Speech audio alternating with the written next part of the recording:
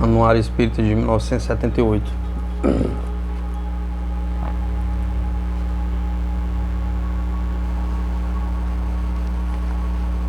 Uma semana antes previu um desastre com quase 600 mortos. Explicação espírita. Como explicar esse insólito acontecimento? Pergunta.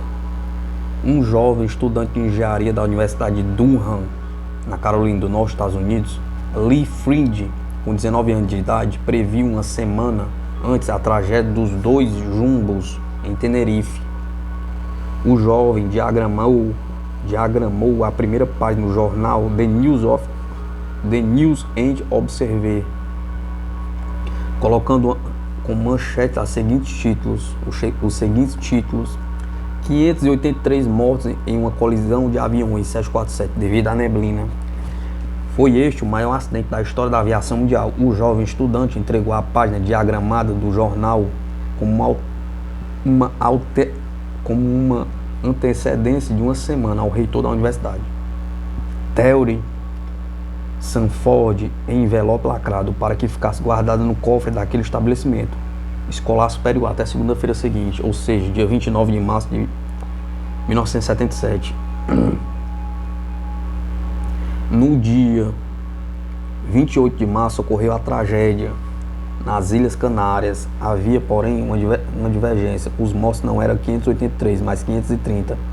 Vários outros sobreviventes morreram depois.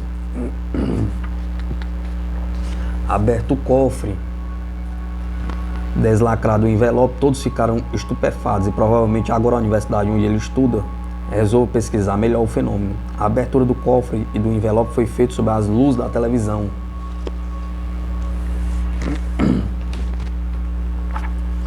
Ao abrir o envelope,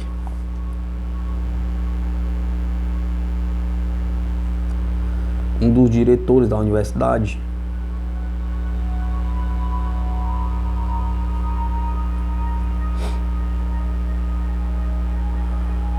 professor Paul Wick ficou tão emocionado que mal pôde ler o que estava escrito. 2 Boeing 747 vão se chocar, matando mais de 580 pessoas. O texto escrito era mais preciso que a informação oral dada pelo estudante. Não eram 580 pessoas, mas mais de 580, o que tornou ainda mais real o aviso. Há alguns dias o jornal Globo, em telegrama de Durham, informava que até o momento o número de mortes era de 582, o que praticamente torna completa a premonição do estudante americano. Talvez a hora em que estivemos circulando a previsão esteja completa, pois ainda há sobreviventes em tratamento. Aluno de Ring, entre os professores de Lee Fried, encontra-se o célebre pesquisador dos fenômenos mediúnicos e conhecido como o pai da parapsicologia moderna, J.B. Ring, hoje com 81 anos, que lecionou naquela universidade durante 40 anos. Informa-se na universidade que o jovem estudante já teve várias outras manifestações, embora sua prova mediúnica tenha sido essa. Lee Fried, um universitário de 19 anos, exibe o cartaz que escreveu uma semana antes do choque entre os dois jumbos nas Ilhas Canárias. Reportagem do Globo.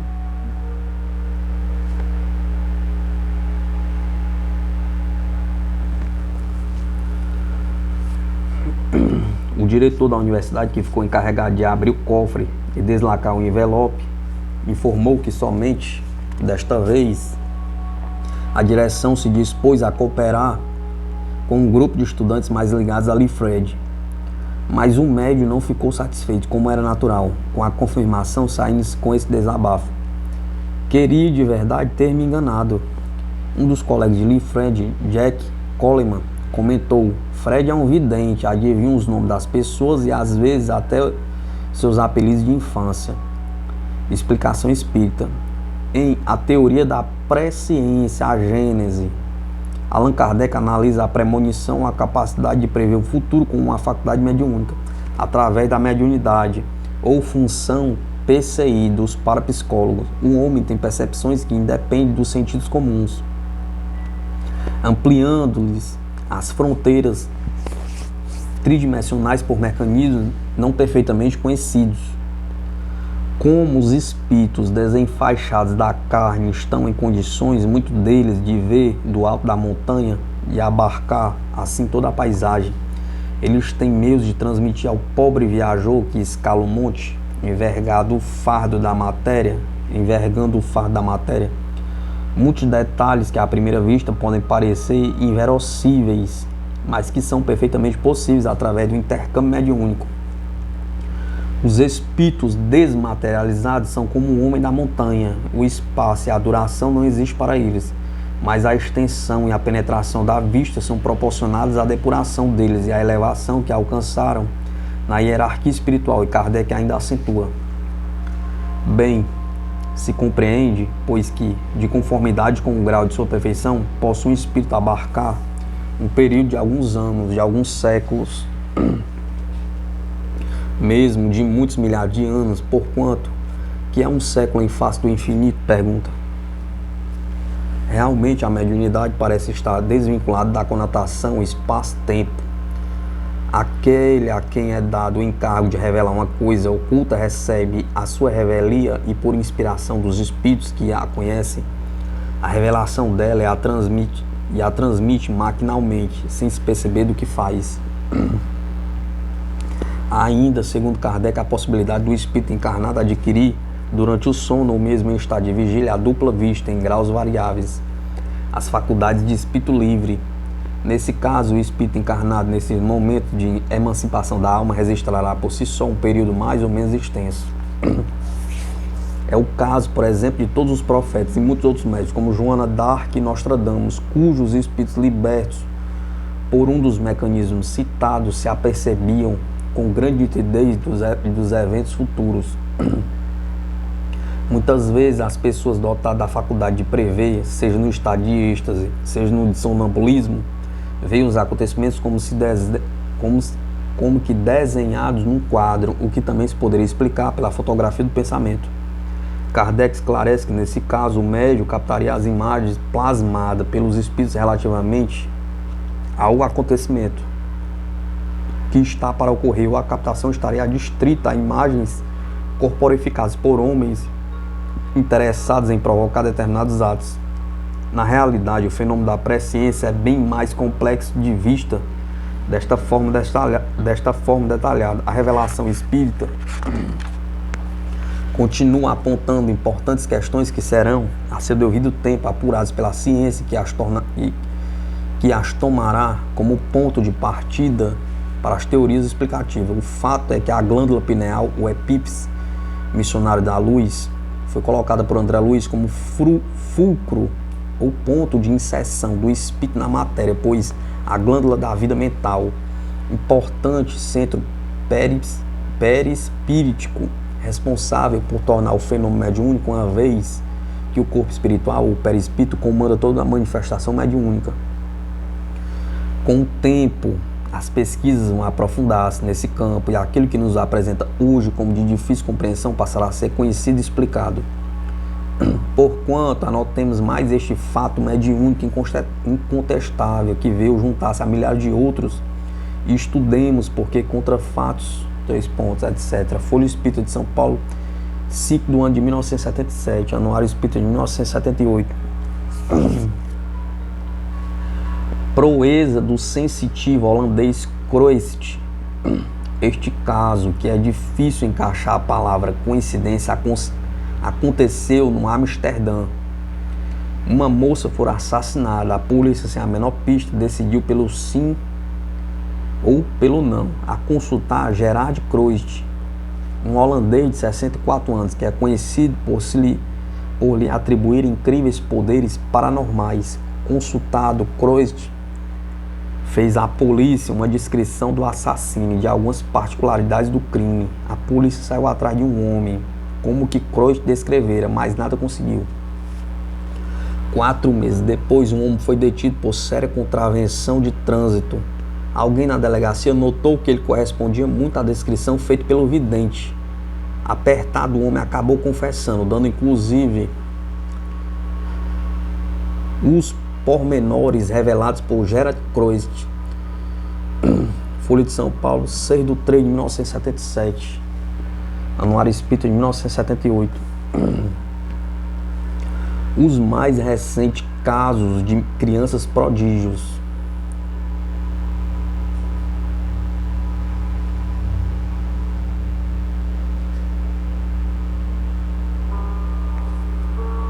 Esta menina é um novo Mozart. Na tarde de 31 de dezembro de 1966, numa aldeia da Normândia, nasceu uma garotinha que desde o berço recebeu o dom da música. Era Sarah Mallegui.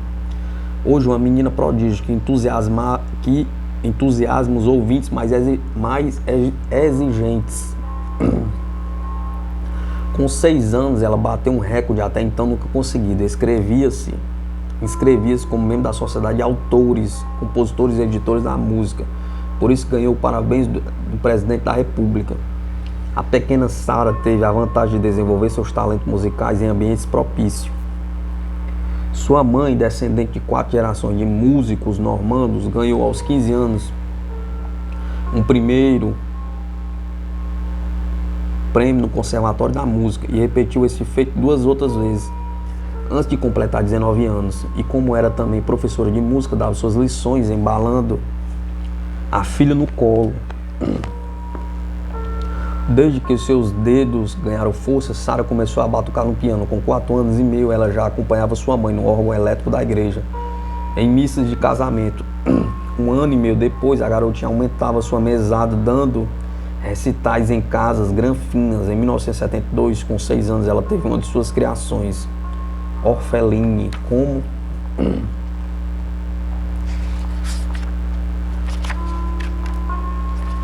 finalista no concurso de melodia francesa de Cannes e gravar seu primeiro disco. Na época, Sarah também transava jazz, blues e rock. Até um dia, suas relações públicas, Odile Champrosay, a apresentou ao compositor e ex-diretor da Ópera de Paris, Georges Auric, que a estimulou a entrar para o conservatório. Odile resolveu fazer um teste final e levou Sarah a dar um recital com suas composições clássicas diante de uma plateia seleta de críticos musicais. O entusiasmo foi total. Sarah Mallegui estava sendo considerado o novo Mozart. Sucursal de Paris, Manchete, Rio, 4 de 6 de 1977. Sarah, aos 10 anos, já interpreta com perfeição suas composições clássicas.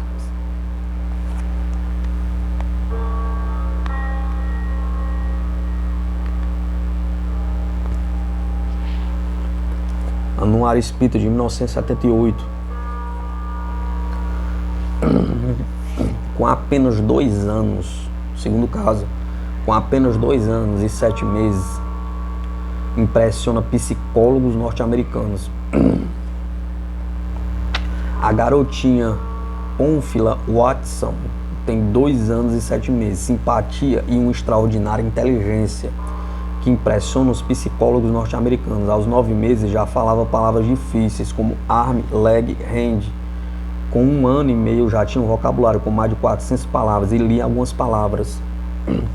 Tinha o desenvolvimento de uma criança de 4 anos, ficou sob observação desde então. Até agora sabe jogar xadrez muito bem, jogar bilhar, lê e escreve quase com perfeição. Por enquanto, os cientistas que a acompanham não sabem até onde seu desenvolvimento irá, nem conseguem explicá-lo. Folha de São Paulo, 8 de 1 de 1977. A menina Pamphila Watson sabe jogar bilhar, lê e escreve quase com perfeição.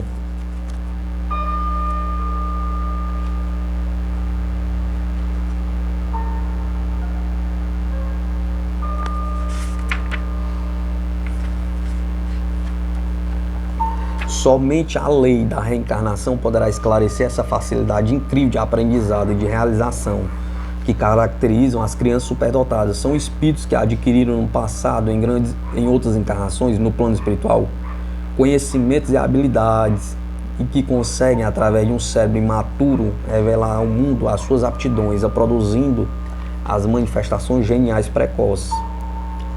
Não se pode negar que há muitos casos de gênios cujos parentes mais próximos revelaram algum dote intelectual. Fato que fala a favor da teoria da transmissão hereditária. Por exemplo, nas famílias de Bach, de Mozart, de Liszt, o talento musical se revelou em várias gerações e num grande número de indivíduos. Mas nesses casos, como o de Sarah Mallegui, O que ocorre é a aproximação de almas afins, que são atraídas umas para as outras por pendores semelhantes e que antigos relacionamentos uniram.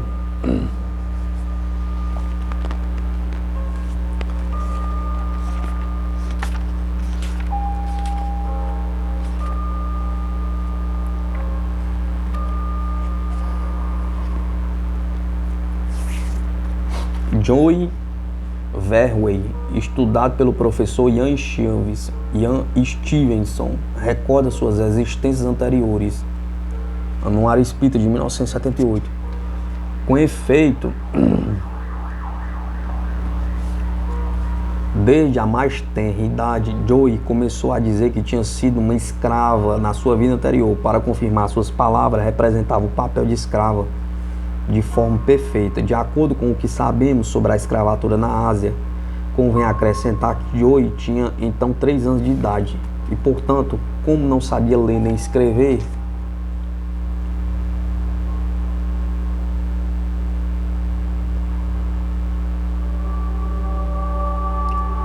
não podia ter se documentado consultando obras sobre o assunto. Aos 5 anos, afirma ter trabalhado para um rei estrangeiro, o qual tinha por sepultura um grande jazido de pedra. Desenhou esse jazido, que representava uma pirâmide. Certo dia, quando tinha cerca de 7 anos, entrou em casa muito excitada por ter reconhecido uma mulher de 60 anos que viu no supermercado uma das 2 filhas que teve na sua última existência. A pouco e pouco, à medida que os anos correm, suas lembranças de vidas anteriores vão se tornando cada vez mais nítidas e precisas. Até o momento, pressente Verwey recordar-se de suas últimas 10 encarnações.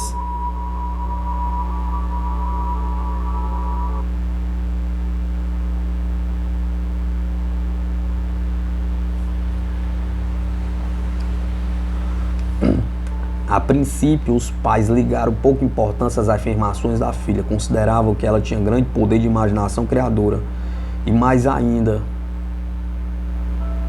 mas o tempo, perante os detalhes minuciosos da filha sobre tempos passados, os pais começaram a compreender que algo de estranho se passava de fato com Joy, algo que eles, pessoas de um meio muito modesto, não sabiam explicar.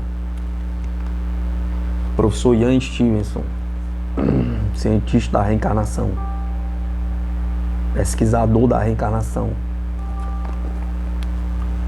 Quando Joy atingiu a idade de 17 anos, os pais levaram-na a Joanesburgo para se submeter a um exame de especialistas. Entre os clínicos presentes encontrava-se o professor Ian Stevenson, da Escola de Medicina do Estado da Virgínia, onde dirige uma clínica psiquiátrica. Ian Stevenson é um estudioso mundialmente conhecido da reencarnação e, portanto, desde o primeiro momento, manifestou grande interesse no estudo minucioso deste caso. No entanto, com um exame rigoroso das 10 vidas de Joy, era trabalho muito árduo e moroso, que exigia um tempo disponível que não tinha. Stevenson limitou-se à observação de 3 vidas desenroladas na África do Sul, em épocas mais ou menos recentes. A revista francesa Nostradamus, que dedica ao assunto 2 dos seus últimos números, conta-nos as investigações efetuadas sobre uma das vezes de Joy, quando esta conheceu de perto o presidente da República do Transvaal, Paul Kruger, que desencarnou na Suíça em 1904. Joy visitou o museu Paul Kruger e confundiu os cientistas e os inquiridores com suas constantes observações e respostas. Citou pormenores da vida do monarca que ninguém conhecia. Falou de seu primeiro casamento com uma jovem de 12 ou 13 anos. As pessoas olharam-se incrédulas, mas as investigações posteriores confirmaram as suas palavras. Quando viu a cama de Paul Kruger, disse: "Esta não é sua cama, mas sim aquela onde ele morreu."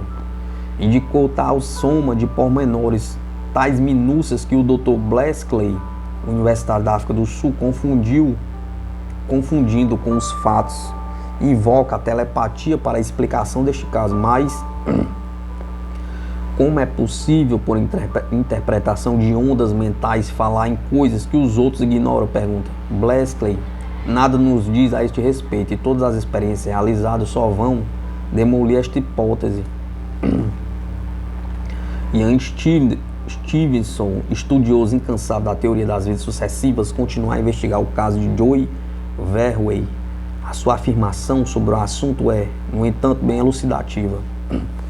Até o presente, examinei já cerca de 700 casos de reencarnação. Considero o caso de Joy o mais extraordinário.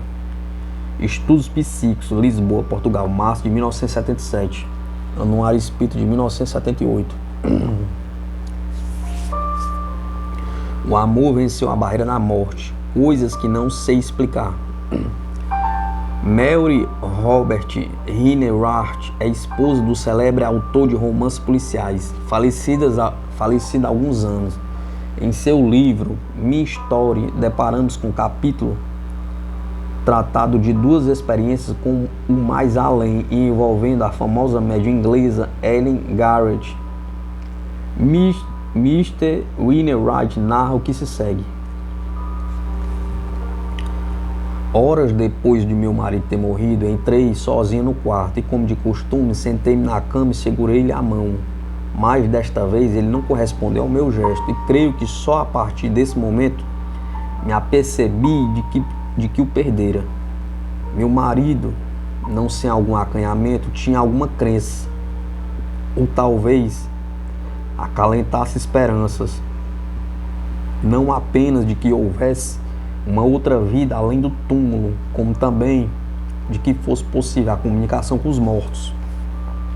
Quanto a mim, nunca acreditara nessa possibilidade e achava extremamente desagradável a ideia de tentar verificá-la. Não bastante, tínhamos investigado juntos toda a sorte de fenômenos psíquicos e fizemos uma espécie de pacto de procurar entrar em comunicação um com o outro quando um de nós falecesse.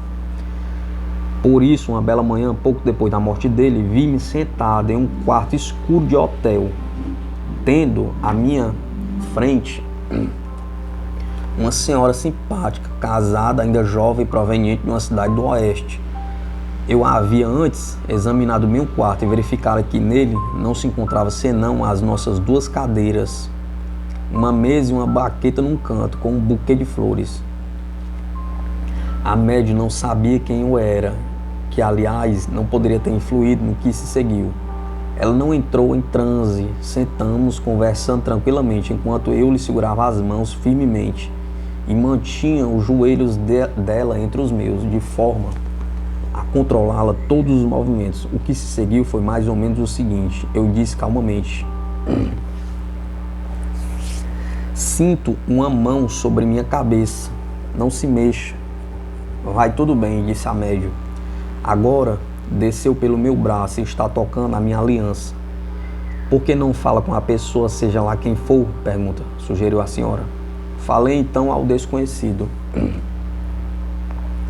Se você é a pessoa que espero que seja, saberá que eu trouxe hoje comigo alguma coisa que pertenceu a você. Pensei que nada aconteceria. Lembre-se de que eu tinha as mãos da médium entre as minhas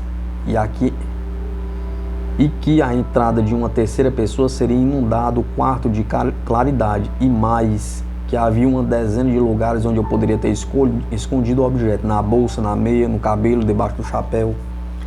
Imaginem, pois, qual não foi o meu assombro ao sentir alguma coisa descer pelo decote do meu vestido e sacudir o objeto que eu havia prendido da minha cintura. Um cadeceu, insígnia do corpo de saúde que eu tirara do uniforme de meu marido. Dizer que fiquei atônica seria dizer muito pouco. Aconteceu alguma coisa? Perguntou a médium. Sim, respondi, e de repente, alguma coisa entre as flores lá no canto. Estou ouvindo, a mão voltou. Está agora colocando alguma coisa em meu peito. Soltei as mãos e os joelhos da médium e tratei de investigar o que passara. Junto ao caduceu, encontrei um fresco botão de rosa. Com isso, encerramos a sessão. Há muitos anos trago vivo na memória um incidente, atribuindo à fraude, telepatia, até mesmo ao hipnotismo. Ainda não consegui explicá-lo. Não bastante, conservo o botão de rosa dentro do meu livro de orações. Desde então, somente uma vez tentei de novo cumprir a minha promessa. Passar 2 anos na presença de meus 3 filhos, Tive uma sessão com a conhecida médium inglesa Eileen Garrett. Eu nunca a tinha visto. Ela vier à minha casa naquela tarde para tomar chá e conversar. Naquele apartamento ensolarado com o tráfego do Parque Avenue, lá embaixo, ela descansou inesperadamente a xícara e disse que tentaria obter algum resultado. Reencostou-se na cadeira e logo adormeceu. Seguiu-se o palavreado preliminar de costume. Depois alguma coisa aconteceu. A médium havia adquirido a voz do Dr. Wright, meu marido, seu jeito, até mesmo seu característico. Os meninos puseram-se na beira das cadeiras, de olhos arregalados, incrédulos.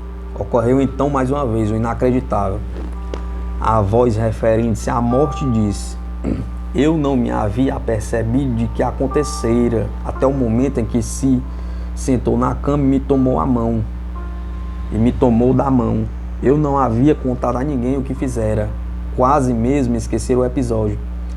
Nunca mais tentei repetir a experiência, pois por maior que seja a minha crença no momento em algum fenômeno psíquico, não consigo conservá-la por muito tempo. É possível, no entretanto, que eu esteja errada. Cerca de um ano antes de meu marido começar a sentir a saúde abalada, fui à casa de uma vidente, uma mulher horrível que precisava de um bom banho e que me chamou de queridinha. Sentamos em frente a uma pequena mesa com uma bola de cristal no centro.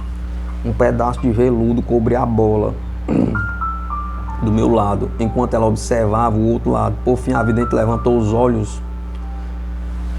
Vejo um funeral militar de algum muito chegado à senhora, disse ela.